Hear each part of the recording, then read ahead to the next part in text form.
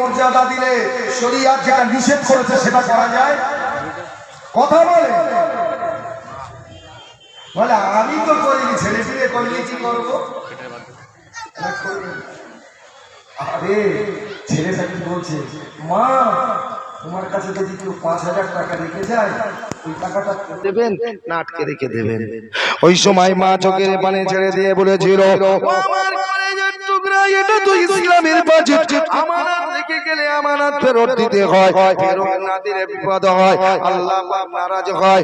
আর কি আমানতের মাল অবশ্যই ফেরত দিতে হয়। ওই সময় ছেলেটা বলেছিল, মা তোমার সঙ্গে একটা কথা বলে, তুমি বলেছো আমানতের টাকাটা ফেরত দিতে হবে, কেননা ওই সময় মাকে ছেলে বলেছিল, ও মা জননী, কেউ যদি তোমার কাছে 5,000 টাকা রেখে যায়, ওই টাকাটা যদি ফেরত নিতে আসে, আপনি যদি টাকাটা ফেরত দেন, আমি আপনাকে এটাই দিয়ে বোঝাতে চেয়েছি। মাকে ছেলে বলেছিল, মা আর কিনা আমানতের টাকাটা ফেরত দিতে হয়, আমানতের খিয়ানাত করতে নাই।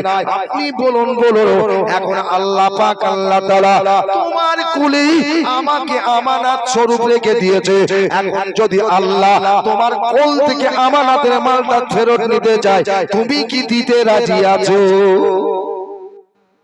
কথা বোঝা গেছে কিছু? তোমার কোলে তো আমাকে আল্লাহ আমানত রেখেছে, আর আমানতের মালটা ফেরত দে। প্রথম টাকা দিয়ে বুঝিয়েছে, মা যখন বলেছে ফেরত দিতে হবে, তখন বলছে আমাকে তোমাকে রেখেছে, কোলে রেখেছে। কিতাবের মধ্যে লেখা আছে, মোল্লা আলী কারি রাহমাতুল্লাহ আলাইহি বলেন, হবে তো কি করব ভাই, সময়ের দিকে খেয়াল করতে হবে তো। অসুবিধা ছিল আপনাদের? হ্যাঁ, জোরে তাকবীর দেন, দিন নারে তাকবীর। তার মানে তাকবীরের সাপোর্টার হবে কি? দেখেন না বসার হাল, মুসলমানকে এইভাবে বসে কথা বলেন না। মুসলমানরা গায়ে গায়ে গোল হয়ে বসে, এদের বসা দেখেন ঝাক বাবু যেভাবে বসে, জানি জলে পুরো প্যাকটা হয়ে যাবে। তবে শুধু বোঝানোর জন্য জোরে তাকবীর দেন, নারে তাকবীর। কি বলেছে বাবা? আল্লাহ তোমাকে আমার কোলে আমানত রেখেছে, ফেরত দিতেই হবে। কি গো, রাখার মতন আছে নাকি? ও বুদ্ধিমান ছেলে যখন বলেছিল, ও জরুরি আল্লাহ তোমার কোলে আমাকে আমানত স্বরূপ রেখে দিয়েছে, আমানতের মালটা যদি আল্লাহ ফেরত চায়, তুমি কি ফেরত দেবে? মা বলছে, কলিজার টুকরা রে, অবশ্যই ফেরত দিতে হবে। ওই সময় ছেলেটা বলেছিল, ও মা জননী, আল্লাহ তোমার কোল থেকে এখন আমাকে মনে করো ফেরত নেবে, তবে মা আমি তোমার কাছে একটা কথা বলবো। কি বলেছিল ছেলেটা? ও আল্লাহর ওলি, আমার মাকে আমি বলেছিলাম, মা সেদিন আমি মায়ের কোলে তোমার কোলে ছিলাম, তুমি দোয়া করেছিলে আল্লাহর কাছে, আল্লাহ আমার ছেলেকে যেন 30 পারা কোরআনের হাফেজ বানাতে পারি। তোমার দোয়া কবুল করে আল্লাহ আমায় 30 পারা কোরআনের হাফেজ বানিয়েছে। ও মা জননী, যেদিন থেকে কোরআন পড়া শুরু করেছি, সেদিন থেকে কোরআন পড়া বন্ধ করে রে আমি কোরআন পড়া শুরু করেছি, কোরআন পড়া বন্ধ করে রে অবিরাম গাড়ি চালিয়ে যাই, অবিরাম কোরআন তেলাওয়াত করে যাই। কিন্তু মা যখন আজরাইল এসে আমার জানটা কেড়ে নেবে, আমি যখন শেষ হয়ে যাব, ইন্তেকাল করব, আমার জবান বন্ধ হয়ে যাবে, কিছু করার ক্ষমতা থাকবে না। এক কথায় মা, আমি আর কোরআন শরীফ তেলাওয়াত করতে পারবো না। কিন্তু মা, মানুষ আমাকে গোসল দিয়ে কাফন পরিয়ে জানাজা পড়ি কবরে যখন রেখে আসবে, আল্লাহর কোরআন বলেছে, মিনহা খলাকনাকুম ওয়া ফিহা নুঈদুকুম ওয়া মিনহা নুখরিজুকুম তারাতান উখরা। যে মাটি থেকে তোমাকে তৈরি করা হয়েছে, ওই মাটিতে তোমাকে দাফন করা হচ্ছে, ওই মাটি থেকে পুনরায় জীবিত করে তোলা হবে। ও মা জননী, মানুষ যখন দাফন করে ফিরে চলে আসবে, ও মা তোমার কাছে দোয়া রইল, তুমি একটু আমার জন্য দোয়া করো। ওই সময় জানো আবার একবার দোয়া করো, আমি কবরে জীবিত হয়ে আল্লাহর কোরআন শরীফটা যেন তেলাওয়াত করতে পারি।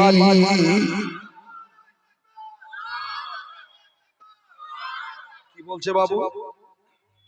ছেলেটা বলছে, মা যেদিন থেকে কোরআন পড়া ধরেছি সেদিন থেকে বন্ধ করিনি, মরে গেলে তো বন্ধ হয়ে যাবে, আমার জন্য দোয়া করো, কবরে যখন আল্লাহ আমাকে আবার জীবিত করবে, আমি যেন কোরআনটা পড়তে পারি। বলছে, হুজুর সেদিন আমার মা দোয়া করেছিল জীবিত হওয়ার পর থেকে আমি কবরে বসে বসে কোরআন শরীফ পড়ছি। খুব মন দিয়ে শুনবেন, মাদ্রাসায় এখানে কি দেওয়া হয়, 24 ঘন্টা যে কোরআনের শিক্ষা দেওয়া হয় সেই কোরআনের কথা বলছি। আহা, ছেলেটা বলছে, হুজুর আমার মায়ের দোয়া। তখন বুজুর্গটা বলছে, তুমি এইভাবে কবরে কতদিন কোরআন শরীফ পড়ছো? কিন্তু মায়ের কোলটা খালি হয়ে গেছে, সন্তান চলে গেছে, কোল খালি হয়েছে না হয়নি? কিরে, মা মনকে বুঝ দিয়েছেন।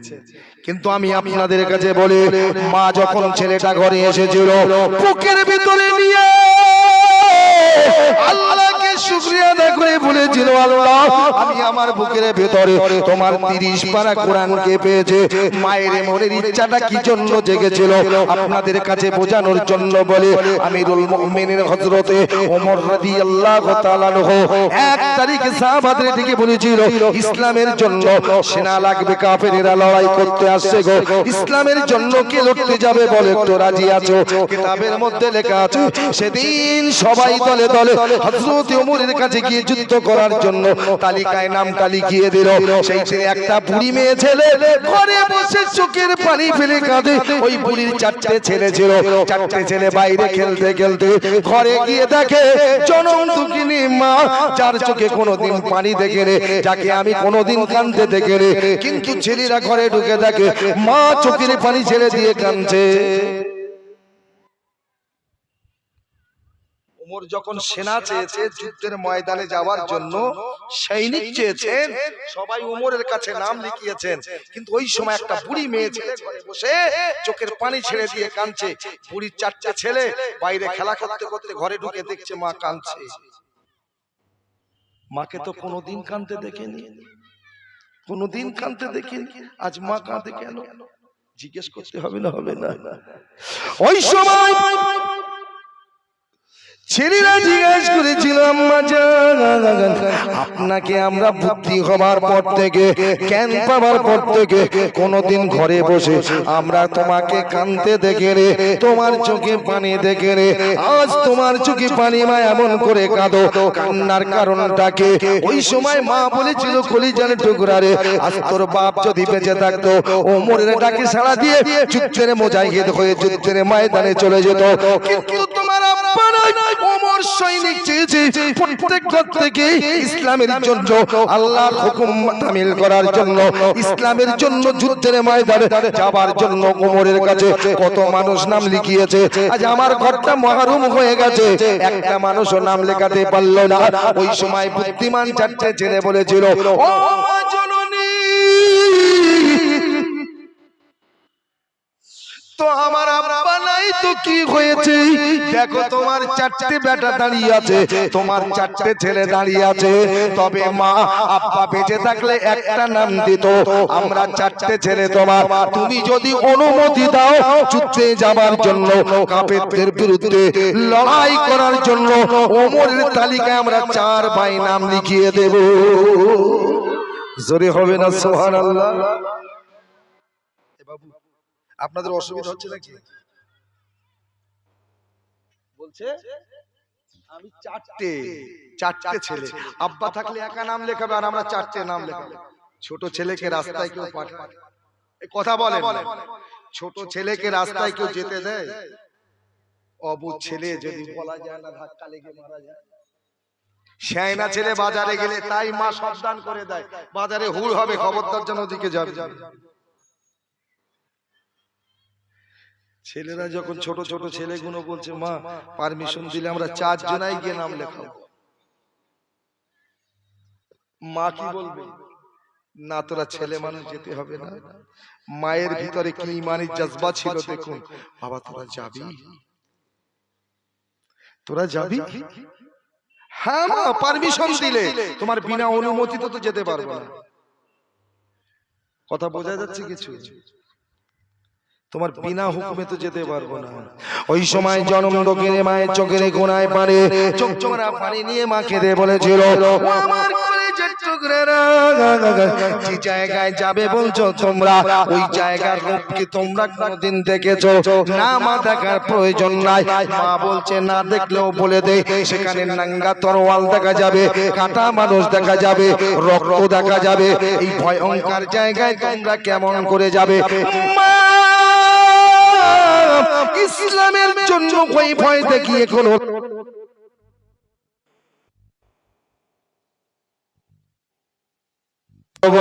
যুদ্ধের রং দেখে রূপ দেখে ভয় করবো না। তবে মা অপেক্ষা শুধু আপনি বলুন, আপনি আমাদের পারমিশন দেবেন কিনা? মা তখন বলেছিল, আমার কলিজার টুকরারা, আমি তোদের পারমিশন দেব যুদ্ধের ময়দানে যাবার জন্য। তবে তোরা যাবি, কিন্তু আমি তোদের মা বলে দেই, শোনো, যুদ্ধের ময়দানে গিয়ে কাটা মানুষ দেখে, রক্ত দেখে, নাঙ্গা তরোয়াল দেখে, বিকাল রূপ দেখে যেন ফিরে এসে ঘরে আমাকে মা বলে কাপুরুষের পরিচয় দিও না। ওমরের পিছন থেকে পালিয়ে এসে আমাকে যেন কাপুরুষের পরিচয় দিও।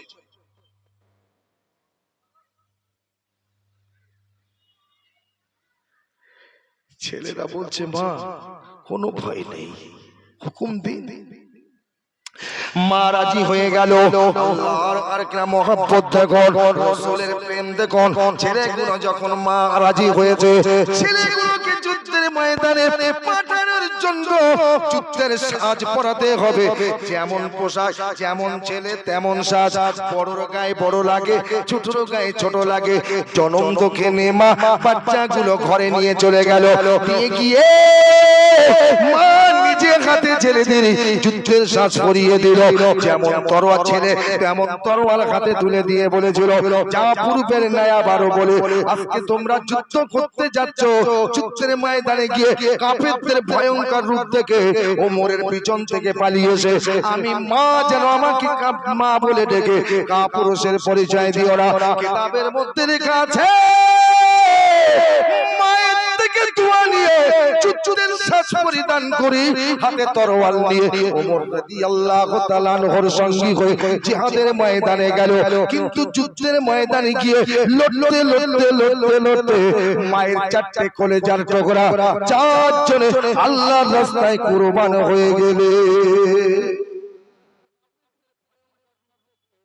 চারটে ছেলের একটাও নাই, চারজনই শহীদ।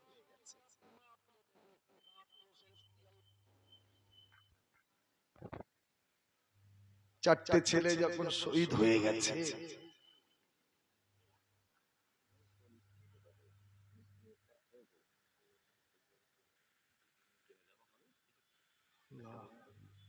কালেকশন তো কটা বাজে? দরশে আল্লাহুম্মা 12:40। তাহলে কি করবেন বলেন? যেটা বলবেন রজ করবো না কালেকশন, যেটা বলবেন আপনি 45 ছাড়ে 45 ছেড়ে দেবো। 12:45 12:45 ছেড়ে দেবো। আলহামদুলিল্লাহ আমার ভাই যান, কারণ পরিস্থিতিটা তো এখন সেই জায়গায় এসে দাঁড়ায়নি। মাদ্রাসা আপনাদের দিকে হা করে চেয়ে আছে। কি রে, মাদ্রাসা আমাদের দিকে তাকিয়ে আছে না নাই? আমরা মাদ্রাসার দিকে তাকাই? কি গো, মাদ্রাসা আমাদের দিকে তাকিয়ে নাই? কথা বলেন না। এই মাদ্রাসার দায়িত্বটা আমাদের জন্য কে দিয়ে গেছে? কথা বোঝা গেল না? হ্যাঁ, কথায় কথা বেড়ে যাবে, কিন্তু কথা হলো ভাই আমার, মাদ্রাসা হাত নেই পা নেই যে আপনার কাছে গিয়ে বলবে। কি গো, তবে মাদ্রাসার হাত পা না দেখতে পেলেও মাদ্রাসা যার, তিনি কে? আমার রাসূলুল্লাহ। নবী বলেছেন মাদ্রাসা হলো আমার ঘর। নবী কিন্তু আপনাদের কাছে চেয়ে গেছে না যায়নি? জোরে বলেন, চেয়ে গেছে না যায়নি? খুব ভালো করে বুঝবেন। কিন্তু আমি বলছি আমার বক্তৃতার দিকে এগিয়ে যাই। কি বলছে ছেলেটা? এই যুদ্ধের ময়দানে চারজনই শহীদ হয়ে গেলেন। যখন শহীদ হয়ে গেছে, ওই খবরটা মায়ের কানে পৌঁছেছে। কার কানে? মায়ের কানে। চারটে ছেলে, যদি বলি 4 কোটি, তাও মায়ের শূন্যস্থান পূরণ হবে? এ কথা বলে মা, 4টে ছেলে তোমার কাছে 4 কোটি দেবো। মায়ের ভিতরে যে 4টে দাগ কেটেছে, ও দাগ জীবনে মোছানো হবে, কিন্তু মায়ের এক বিন্দু পরিমাণ দাগ কাটেনি। একটা দাগ মা ওর ভিতরে তুলেছিল, সেটা হলো ঈমান বিল্লাহ আর ঈমান বির রাসূল। জোরে বলুন সুবহানাল্লাহ। মায়ের কাছে আওয়াজ, মা তোমার 4টে ছেলে 4 জনই যুদ্ধের ময়দানে শহীদ হয়ে গেছে, একজনও বেঁচে নাই। মায়ের চোখে পানি। আপনার আমার মতো কাকতে মেনতে গিয়ে বিনিয়ে কান্না নয়। আল্লাহ রাসূল কানতে নিষেধ করেছে, শোক করতে নিষেধ করেছে, কানতে নিষেধ করেনি। আল্লাহর নবীর ওই আবেদা জাহেদা উম্মতের চোখের কোণায় পানি, চোখের পানি ফেলে কানতে কানতে চলে গেল গোয়াল ঘরে। আর কিনা সওয়ারিকে বার করে কানে কানে বলেছিল, আমার বেটারা যুদ্ধের ময়দানে ইসলামের জন্য লড়তে গিয়েছিল, আমি শুনেছি 4টে বেটা 4 জনে শহীদ হয়ে গিয়েছে, 4 জনই মারা গেছে। এখন লাশগুলো আনার জন্য তোমাকে নিয়ে যাব, তুমি যেন পথে গড়িমসি করো না, দেরি করো না, দ্রুত আমাকে নিয়ে চলো। মা সওয়ারির পিঠে উঠলেন, সওয়ারি মাকে নিয়ে যুদ্ধের ময়দানে হাজির হয়ে গেলেন। কিতাবের মধ্যে লেখা আছে, যুদ্ধের ময়দানে যাবার পরে আরেকটা ওই মা গিয়ে বলেছিল, আল্লাহর নবী সাহাবাদের ডেকে ডেকে, ও আল্লাহর নবী সাহাবারা আমার কলিজার টুকরা না যুদ্ধের ময়দানে এসেছিল, শুনেছি তারা শহীদ হয়ে গেছে, তাদের লাশগুলো কোন দিকে পড়ে আছে। সাহাবারা অবাক হয়ে যায়, যার 4টে ছেলে শহীদ হয়ে গেছে সেই মা এখনো কি কথা বলতে পারে? কিন্তু আল্লাহর নবী সাহাবারা বলেছিল, মা দেখো তোমার বাচ্চাগুলো পড়ে আছে। তো উড়ে গেল মা, গিয়ে নিজে নিষ্ঠুরের মতো, কাউকে বলেনি, কারো সাহায্য নেয়নি, নিজে হাতে তুলে তুলে বাচ্চাগুলোকে 4টে ছেলেকে সওয়ারির পিঠে চাপিয়ে দিল। সাহাবারা অবাক হয়ে গেল, যে মার 4টে সন্তান শহীদ হয়েছে সে মা এমন করে করতে পারে কে? মা নিজে হাতে সওয়ারির পিঠে তুলে দিয়ে কানে কানে বলেছিল, সওয়ারি আমার স্বামী নাই, এই লাশগুলোর অভিভাবক আব্বা বেঁচে নাই, এদের অভিভাবক আমি, গার্জেন আমি, লাশগুলো বাড়িতে নিয়ে দাফন করতে সময় লাগবে, রাস্তায় যেন দেরি করে সময়টা নষ্ট করে দিও না। সঙ্গে সঙ্গে সওয়ারি ছেড়ে দিল, দ্রুত লাশ বাড়ি চলে এলো। মা কি করলো? গ্রামের মানুষের সাহায্য নিল না, কাউকে বাচ্চাদের নামাতে বললো না। মা কি করেছিল? যেমন লাশগুলো নিজে হাতে তুলেছিল, অমন করে মা নিজে হাতে ওই সওয়ারির পিঠ থেকে একটা করে নামাতে শুরু করলো। কিন্তু যখন মা নামিয়েছিল, একটা ওখানে একটা ওখানে একটা এখানে একটা, এমন করে নামাই না, মা সওয়ারির পিঠ থেকে 4টে বেটাকে পাশাপাশি শুইয়ে দিয়ে বাবুদের কাছে হাতটা লম্বা করে দিয়ে বলেছিল, আল্লাহ তোমার কাছে দোয়া হাত, দুখানা হাত পেতেছে, দেখো আমার বাচ্চাদেরকে পাশাপাশি শুইয়ে রেখেছে, আল্লাহ তোমার কাছে হাত পেতেছে এই জন্য মাবুদ, কিয়ামতের দিন যখন তুমি বিচার করবে, তোমার সামনে গিয়ে কেউ বলবে আমি নামাজি, কেউ বলবে আমি রোজদার, কেউ বলবে আমি হাজি, কেউ বলবে আমি সোফে, কেউ বলবে আমি দরবেশ, এমন করে তোমার কাছে পরিচয় দেবে। আল্লাহ তোমার কাছে হাত তুলেছি 4 বেটাকে শুইয়ে রেখে, আমি যেন কিয়ামতের ওই কঠিন দিনে ওদের মতন তোমার সামনে দাঁড়িয়ে বলতে পারি, আল্লাহ আমি কেউ নই, আমি হলাম 4 শহীদের মা। জোরে বলা যাবে? এই কোরআনের হাফেজ যে হবে, যে একটা আলেম হবে, সেই মানুষটা তার আব্বা মা যদি খোদার সামনে দাঁড়িয়ে বলে, আল্লাহ তাকে অফার দেবেন না দেবেন না? তবে ছেলে দিলে হবে না, ছেলের শিক্ষাটাও তোমাকেও নিতে হবে, কি ঠিক কিনা বলেন? মাদ্রাসায় ছেলে পড়বে আর আমি ডাকাতি করব? কি রে কথা বলেন? ছেলেকে তুমি আদেশ দিয়েছো বাবা ইলম শিক্ষা করো, তাহলে ওকে যখন আদেশ দিলে তোমারও দরকার আছে ওই আদেশটা মেনে, তুমি এখন বুড়ো হয়ে গেছো, পারবে না, কিন্তু জ্ঞানীদের কাছ থেকে জ্ঞান নিয়ে আমল করতে হবে, কি ঠিক কিনা বলেন? ঠিক মা বলছেন, আল্লাহ ঠিক ছেলেটাকে বলছে। আমি বলতে বলতে অনেক সময়, যেমন আম্মা জান মা খাদিজাতুল কুবরা সিদ্দিকা রাদিয়াল্লাহু তাআলা আনহা, নবীকে যখন অনেক মানুষ মক্কার মানুষেরা ধিক্কার দিয়েছিল, সেদিন রাসূলুল্লাহকে সামনে রেখে অনেক ঘটনা রাসূলকে মা খাদিজাতুল কুবরা তার অর্থগুলো, ধন সম্পদগুলো আমার রাসূলকে দিয়ে দিয়েছিলেন। তার মানে খাদিজা সুখের মুখে লাথি মেরে দিল। কত সুখ খাদিজার ছিল। খাদিজা ছিল মক্কার সবচেয়ে ধনী নারী। নবীকে বিয়ে করার পরে সব দিল, ত্যাগ করে নবীকে দিয়ে দিল। কিন্তু সেই খাদিজাতুল কুবরা ইন্তেকালের পরে আম্মা জান মা খাতুনে জান্নাত ফাতেমাতুজ জোহরা নিজে হাতে গোসল দিল। কে? ফাতেমা তার মাকে নিজে হাতে গোসল দিয়েছে। গোসল দেওয়ার পরে আব্বার কাছে গিয়েছে, আব্বা মা মারা গেছে, আমার মায়ের একটা কাফনের কাপড় আপনি দেন, কাফন দিতে হবে। তো আমার বিশ্ব নবী এসেদের আম্মা জান খাতুনে জান্নাত ফাতেমাতুজ জোহরার কাছে আল্লাহর নবী ঘর থেকে একটা ছেঁড়া পুরাতন জামা এনে হাতে দিয়ে বলেছিল, বেটি ফাতেমা, এটা তোমার মায়ের কাফনের কাপড়। ওই সময় ফাতেমার চোখ দিয়ে টপ টপ টপ টপ করে পানি পড়ে। ইয়া রাসূলুল্লাহ, ইয়া হাবিবাল্লাহ, আমার আব্বা জান, আমার মা একটা মক্কার ধনী মানুষ ছিল। আমার মা সোনার চামচে নাস্তা করত। আপনাকে স্বামী রূপে গ্রহণ করার পরে অর্থের মুখে লাথি মেরে আল্লাহ আল্লাহ রাসূলের পাগল হয়ে গিয়েছিল। আমার মা জীবনে দুবেলা ভালো খেতে পায়নি। আমার মা ঠিকমতো সাজে সাজে খেতে পায়নি। আমার মা নতুন কাপড় পরনায় বস্ত্রে পরিধান করেনি। আজ মা আমার এত সুখটাকে লাথি মেরে কষ্টে জীবন কাটিয়েছে। সেই জনম তো কেনে মা আমার দুনিয়া থেকে বিদায় নিচ্ছে। এখন আমি তোমার কাছে এসেছি, গোসল দিয়ে একটা কাফনের কাপড় দাও। আব্বা জান, বিদায় কালে আপনি তো একটা উন্নত মানের কাপড়ের কাপড় আপনি আমায় দিতে পারতেন আমার মায়ের জন্য, কিন্তু আমি তো দেখি আপনি আমার মায়ের জন্য একটা ছেঁড়া জামা, পুরাতন জামা দিয়েছেন। আব্বা, আপনি একটা নতুন দামি কাপড় দিতে পারতেন। ওই সময় বিশ্ব নবী বলেছিল, ও বেটি ফাতেমা, এটা তোর আব্বার পছন্দ নয়, এটা তোর মা পছন্দ করে গেছে। জোরে বলা যাবে সুবহানাল্লাহ। আল্লাহর নবীকে আম্মা জান ফাতেমা জিজ্ঞাসা করেছিল, আব্বা জান, আমার মায়ের পছন্দ করেছে, কারণটা কি? ওই সময় রাসূলুল্লাহ বলেছিল, ও বেটি ফাতেমা, এই জামাটার পরিচয় নাও। আমি এই জামাটা যেদিন পরনায় পরিধান করেছিলাম, তোমার মা জানে আমি গারে হেরাইছিলাম। জিবরাইল এসে আমাকে যখন কোরআন দিয়েছিল, আমার উপরে কোরআন নাযিল করেছিল, ওই আরেকটা গাড়ি গিরার ভিতরে জিবরাইল আমাকে যখন জড়িয়ে বলেছিল, ইকরা, ফাতেমা, রাসূল বলছেন, ও মা ফাতেমা, এটা জিবরাইলের ছোঁয়া, তোর আব্বার গায়ের ছোঁয়া, আল্লাহর 30 পারা কোরআনের ছোঁয়া আছে বলে তোর মা এই কাপড়টা দিতে বলেছে। ফাতেমা সঙ্গে সঙ্গে কাপড়টা নিল, ঘরের ভিতরে ঢুকেছে।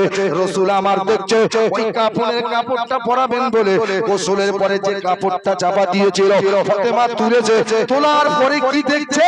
আমার রাসূল দেখেছে, ফাতেমা দেখেছে, আমার রাসূলের গায়ের জামাটা পরাতে হলো না, কাপড় উঁচু করে দেখে আজ হযরত খাদিজাতুল কুবরাকে জান্নাতি কাপড়ের কাপড় দিয়ে সাজানো হয়ে গিয়েছে। জোরে বলা যাবে, আরো জোরে বলা যাবে, আরো জোরে বলা যাবে সুবহানাল্লাহ। নারে তাকবীর। একদিকে খাদিজা তার অর্থ নবীকে দিল, খাদিজার জন্য আল্লাহ জান্নাতে পোশাক পুরস্কার দিল। আমি আপনাদের বোঝাতে চাই, আজকে কিছুদিন আগে, বহু পূর্বের ঘটনা বলেছি, কয়েকদিন আগে একটা মহিলা কর্ণাটকের জমিনে আজকে বুক চিল্লে বুক পেড়ে জবান দিয়ে আওয়াজ দিয়ে বলেছিল, নারায়ে তাকবীর, আল্লাহু আকবার। বিশ্বের মানুষ মুগ্ধ হয়ে, পাকিস্তান থেকে শুরু করে, ভারত থেকে, বাংলাদেশ থেকে শুরু করে সমস্ত দেশের জনগণ, মানুষ, নেতা কেতা সবাই ওই মুসকান খানকে সম্বোধন জানিয়েছে। এমনকি আমাদের মুসলিম ল বোর্ড থেকে 5 লক্ষ টাকা দিয়েছে। আমি আপনাদের বোঝানোর জন্য বলি, একটা মহিলা যদি এমন কথা বলার কারণে তাকে যদি 5 লক্ষ টাকা দেন, আর বিশ্ব নবী আজকে দুনিয়ার জমিনে 63 বছর ছিল, বেঈমানেরা কত অত্যাচার জুলুম করেছে, এই শব্দটা বিশ্বের মানুষের কাছে পৌঁছে দেওয়ার জন্য, ওরে মানুষ, একটা নারীকে যদি তুমি 5 লাখ টাকা দিতে পারো, সে নবীর ভালোবাসায় ইসলাম ঘরে ঘরে, সেই নবীর নামে একটা খোদার বান্দা দাঁড়িয়ে বলবে, আমি মাদ্রাসা নবীর ঘরের জন্য 5000 টাকা দেব। একটা ভাই বলবেন 5,000 টাকা দেবো, আলহামদুলিল্লাহ। কি নাম ভাইয়ের নাম? সিরাজুল ইসলাম। গ্রামের নাম খামারাই বাড়ি। জোরে তাকবীর দেবেন, এই জোরে দেবেন তাকবীর। আওয়াজ আছে? জোরে দেন না।